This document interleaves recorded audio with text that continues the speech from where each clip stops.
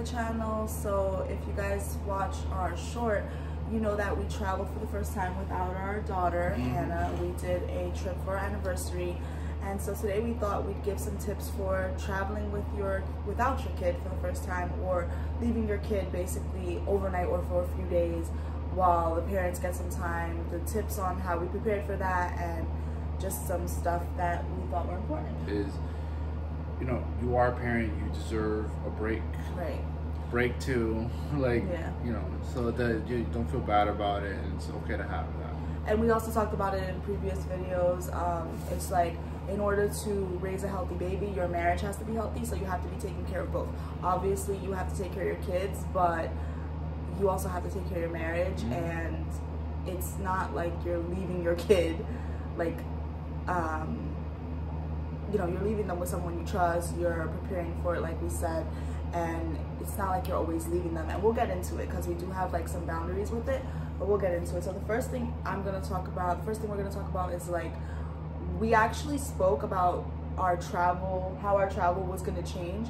I think when we were pregnant we talked about it a little bit, but then we talked about it more when we gave birth, and when we were kind of trying to think when would be the first time that we did travel without her, how do we feel about traveling without her. Like, we set boundaries for this, but way before we actually did it. So you definitely want to make sure you have that communication, that conversation with that.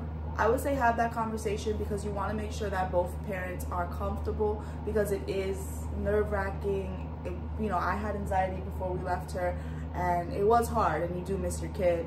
But I would say the first thing was, like, I think we had this conversation like when we booked the trip, and we booked the trip far in advance because we got a discount for doing that. It's basically like we had decided that we weren't going to leave Anna before 1 year old. So that's one big boundary that we set. So there was no traveling without her before 1 year old, because as I've said in previous videos, the first year is really about adjustment, bonding with your baby, and adjusting to your new family unit. And so leaving them that young can disturb that. And for us, especially after going through infertility and just our journey, leaving her was the last thing on our mind. But like I always say in other videos too, at some point you also do have to take care of your marriage, like I said, to be healthy. So we put that boundary that, hey, we're gonna start traveling as a couple after the first year. And it just, our anniversary lined up with it anyway, so there was really no reason not to do that. We did travel with her before that. We did travel with her when she was 3 months old, and we, you know, did little family day trips and getaways with her. But I'm specifically talking about without her. We said we wouldn't leave her before 1 year old, and honestly we wouldn't have wanted to, I don't think. And even like putting aside like some like, oh, like for me it was like putting aside like parenting, like separation, like leaving her for the first time is more like, it's also it wasn't about that. It wasn't about, like, you also have to like get yourself in the zone, because sometimes like in the first year you want to get used to having your baby around, make sure that you're adjusting to, you're having this new change in your life, and then if you try to leave within the first year, for me, at least in my opinion, is that then you wind up messing up your own transition, then coming back, then you're like full of more transitions than. Not to say we didn't take care of our marriage differently. We did still do date nights. We did still leave her with my mom and Sam's mom to like babysit and things like that. But date nights is different than going on a 2-3 day vacation, right? Exactly. So that's what we're talking about. But also the other reason I wouldn't leave before the first year is because, or especially in that newborn stage or whatever, I wouldn't even worry about trips and stuff. Because me personally, and this is me personally, I know people who do it, and I know grandparents who are happy to do it, and my mom and our family would have been happy to do it, but I would never put that responsibility on anyone personally, which is, I would never put the responsibility of those sleepless nights on anybody else but the parents. Like, I would never ask my mom to babysit overnight when Anna was that young, because it's not her responsibility to wake up every 3 hours with my kid. And also, like, breastfeeding wise, I think traveling would have been extremely difficult. Even the first time we went out just on a date, our first date night, our anniversary was, Our first like date night when I was, or like a big date night that we did that I remember was our anniversary of the previous year, where we just went to the brunch. We went to brunch and I was still breastfeeding, and just maneuvering, being a new mom, breastfeeding in public. Or I wasn't breastfeeding because she was with my mom that day, but like pumping in public, like just all those new things that you have to maneuver, it's a lot. So for the first year, personally, we agreed with staying with your kid, and any traveling you're doing, being with your kid.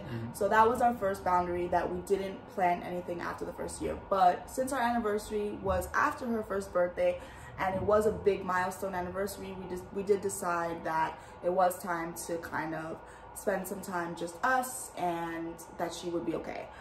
So that was one.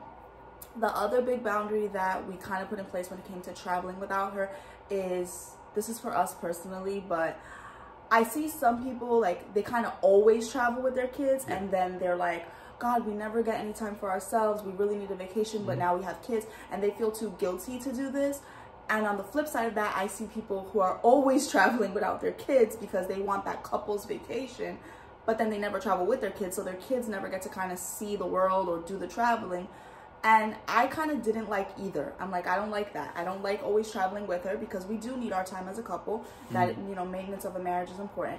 But I also don't like always leaving her, because I do want her to see the world. I do want her to travel with us. And traveling is a good experience for kids, and there's so much to do with them. Exactly. So for us, we've kind of decided to come in the middle and say, basically, the rule is, if we do a trip without her, then the next trip has to be with her, so that there's balance, right? And actually, it's going to be a little unbalanced for a while, because the next couple of trips is with her. They are with her. We don't have a trip. We don't have another trip planned, another couple's trip planned at all, or in mind or anything. And it's probably going to be a while. You know, we always do our regular date nights and things like that for maintenance, but it's probably going to be a while until we leave her again, just because the next couple trips are kid-friendly things, and so we wouldn't leave her for that. Exactly. But the rule basically is, if we take a trip without her, then we have to take a trip with her. So we took the Puerto Rico trip. That was in July. And then in about 2 weeks, we're doing a family vacation. And that trip is specifically for her. Everything we're doing is for her, and completely like toddler friendly. And we chose a place that was, you know, family friendly. We chose like activities that were family friendly, and you know, that's to make memories with our toddler, and that's to kind of, you know, give her a travel, you know, the travel of the summer, of the summer, because we got our experience, we got our time when we went to Puerto Rico, and we got to do like the adult things. We got to not worry about, oh, it has to be kid friendly, like, you know, whatever. We got to do, if you guys saw the short, like the Bacardi tour. Like, if we took her to Puerto Rico with us, we wouldn't have done the Bacardi tour, right? Because that's not, you can't bring your kid. And things like that. So now when we're taking her to Philadelphia, we're doing the zoo. We're doing the Philadelphia Zoo, which we've never done. We've gone to Philly many times. Stay tuned for that vlog too. We've gone to Philly many times. We got engaged there and everything, but we've never done the zoo. I didn't even know about it, and there's some pretty cool things there. We're like, what? No. Yeah, you'll see. But there's some pretty cool, like, just uniqueness in that zoo. And then also we're taking her to a specifically toddler museum, so it's all age appropriate. It's similar to the one we did.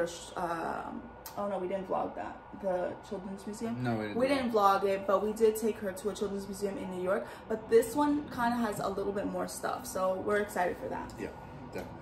But yeah, our tips for leaving her, other than just putting those boundaries in place, whatever's right for your family, whatever makes you comfortable, is just the other thing is, obviously, you're going to feel more comfortable, and it's going to be the best thing for your family that your child is, whoever they're with, is someone that you trust.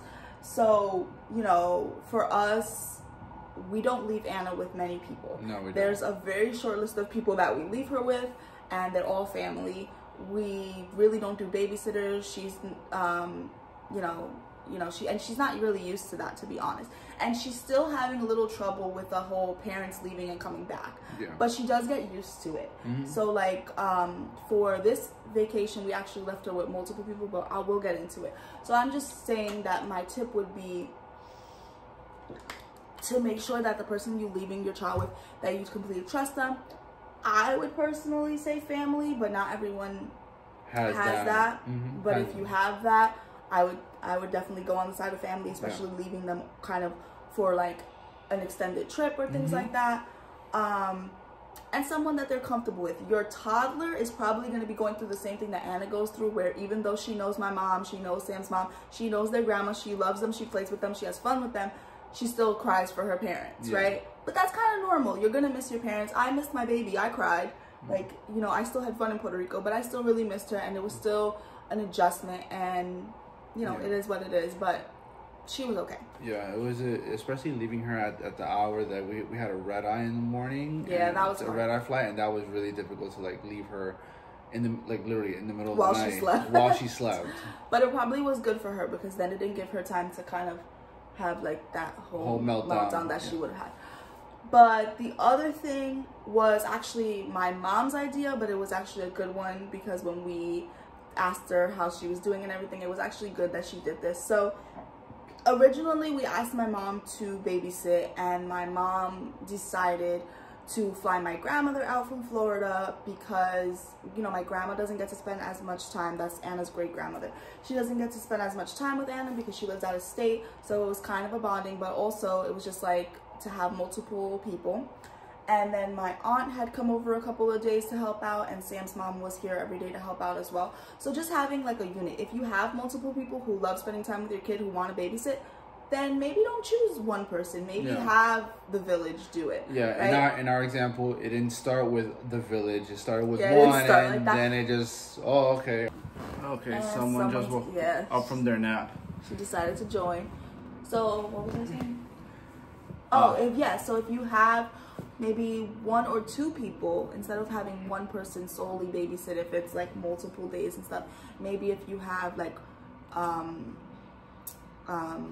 2 grandparents who can babysit instead of just one, it would be it does help, because they're not used to taking care of your kid 24/7 for multiple days.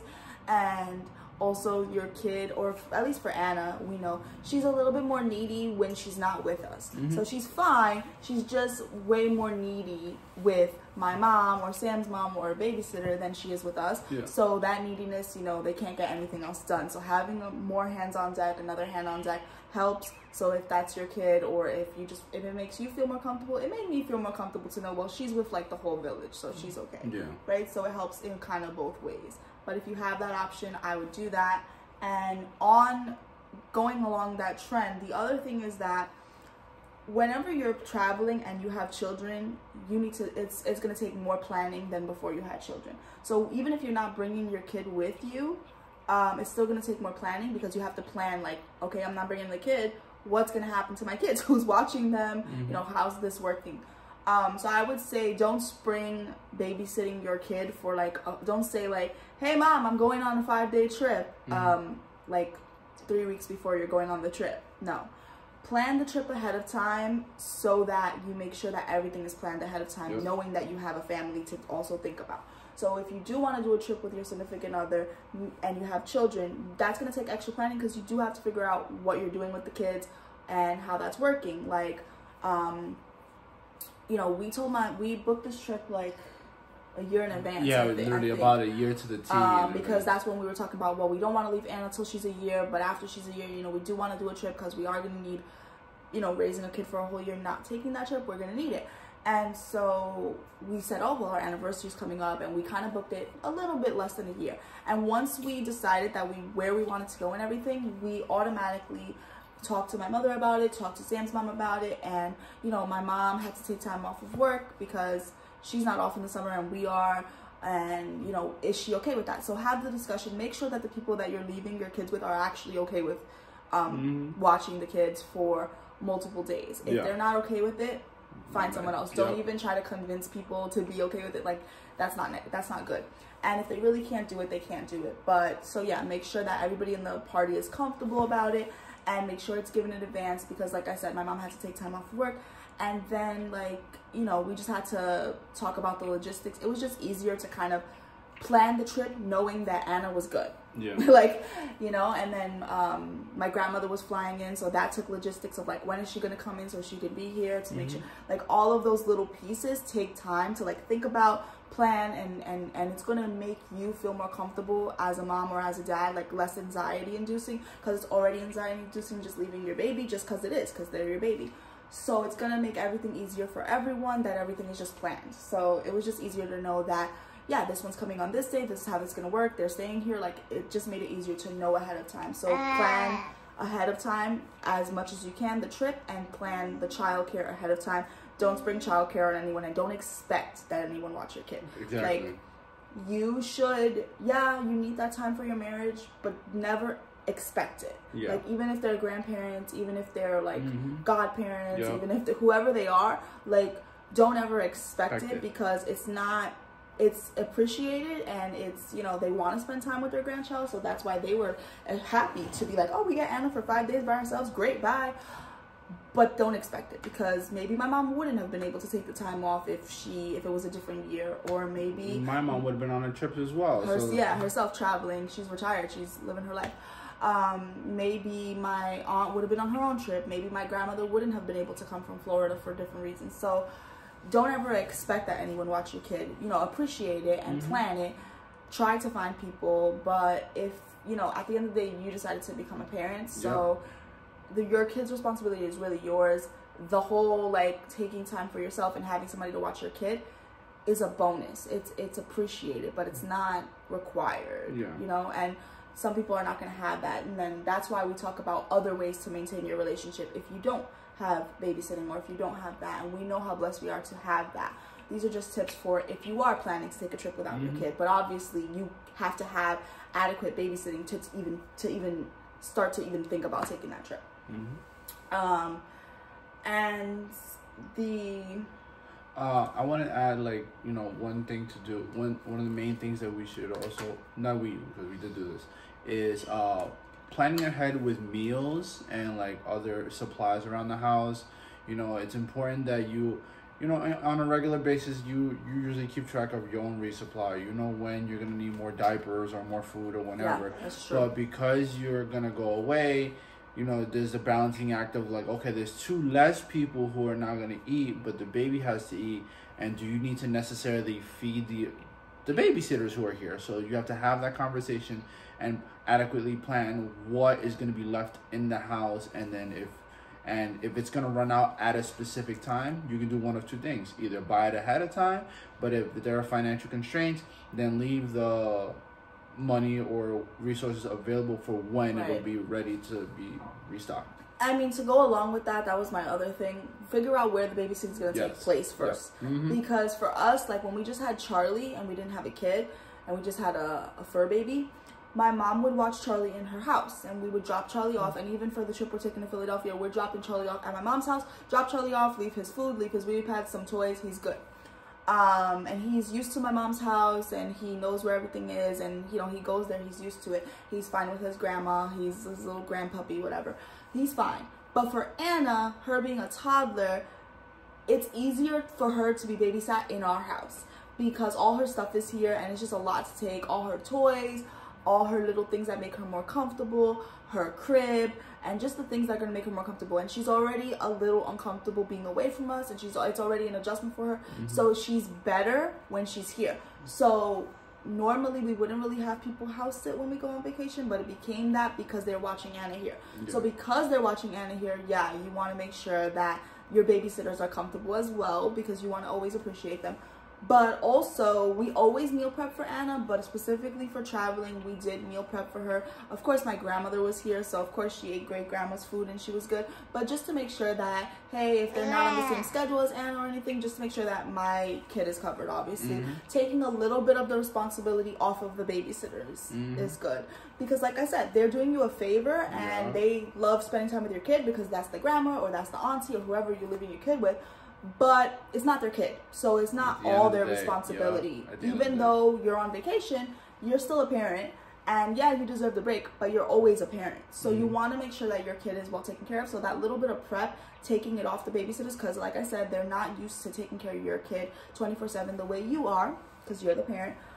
So taking a little bit of the responsibility and the thought process off of the babysitters is just going to allow them to do what babysitters do, not what parents do, because nobody's taking care of your kid the same way you are. You know, you appreciate it, but it's not the same, and you deserve the break, but it's not the same. And that little prep is going to put everybody in peace of mind, and it's going to help your kid with the adjustment that they're already going through, which is being away from their parents. So the last thing I want to say is more of a tip for the parents, which is to manage your own anxiety about leaving your baby, because it is anxiety inducing. She's still sleepy, she just woke up. It is anxiety inducing, and you just want to be able to, all of these things that we mentioned leading up to this is going to lessen that anxiety. So knowing that your kid is with people you can trust, prepping for everything, you know, extra planning for everything, all of those things are going to help. But nothing kind of prepares you for the feeling of being away from your baby, especially for the first time. It was very hard, but it was very needed. And so you still have to kind of find ways to do it and to nurture your marriage, like we always say. I do think it will become easier to kind of take trips without her as she gets older, and as we get used to it, she gets used to it, as she doesn't have as much separation anxiety. I do think it does get easier, but you're always going to miss your kid, and your kid's always going to miss you. So just, you know, obviously you don't want to be leaving your kid all the time. Like I said, we don't have another trip, and we don't even plan to leave her again for a while, but even those little, and maybe it's an anniversary, maybe it's a special occasion, maybe it's one trip for the next 2 years, and then you're never going to leave her for the next 2 years, and you're only going to do family trips. But it's just important to make those memories. So just, you know, as long as you know that your kid is taken care of, that's what matters. And that's going to be my last thing that I'm going to say. A lot of people will try to put like mom guilt or mom shame.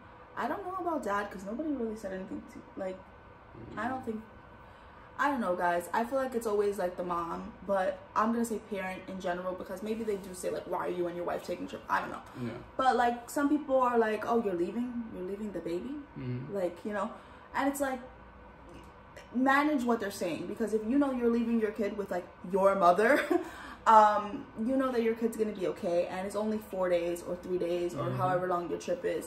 You know what you're doing as a parent. You know how much time you spend with your kid. You know what your marriage needs.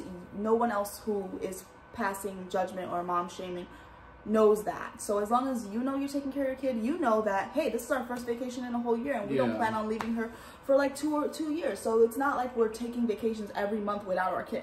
So no one really knows that. They're just making assumptions. So just don't let that get in your ear when you're planning, when you know that you need it. No one ever everyone always likes to see the trip, the fancy vacation, but no one knows the hard work that it took to get to there, like, and the struggles or the challenges you had to do to make it there, whether that's, you know, like if you had disagreements or if there were financial constraints, whatever. Everybody just sees that point. So yeah, just manage your, you know, your anxiety. Like, don't feel guilty. To your anxiety. Like, you already feel guilty. You already miss your kid, and then you have someone like, well, you shouldn't leave them because, you know, whatever. But it's like, if your marriage needs that, like we said, you need to maintain your marriage to have a healthy household, to raise a healthy kid. Yeah. So that's it for today. Those are the tips for kind of leaving your baby and everything, for kind of leaving your baby, and if you are going to do a trip without them, whatever you're going to do. And we'll see you guys in the next video. Please like, share, subscribe, drop a comment. Let us know any other topics you want us to explore. See you next time.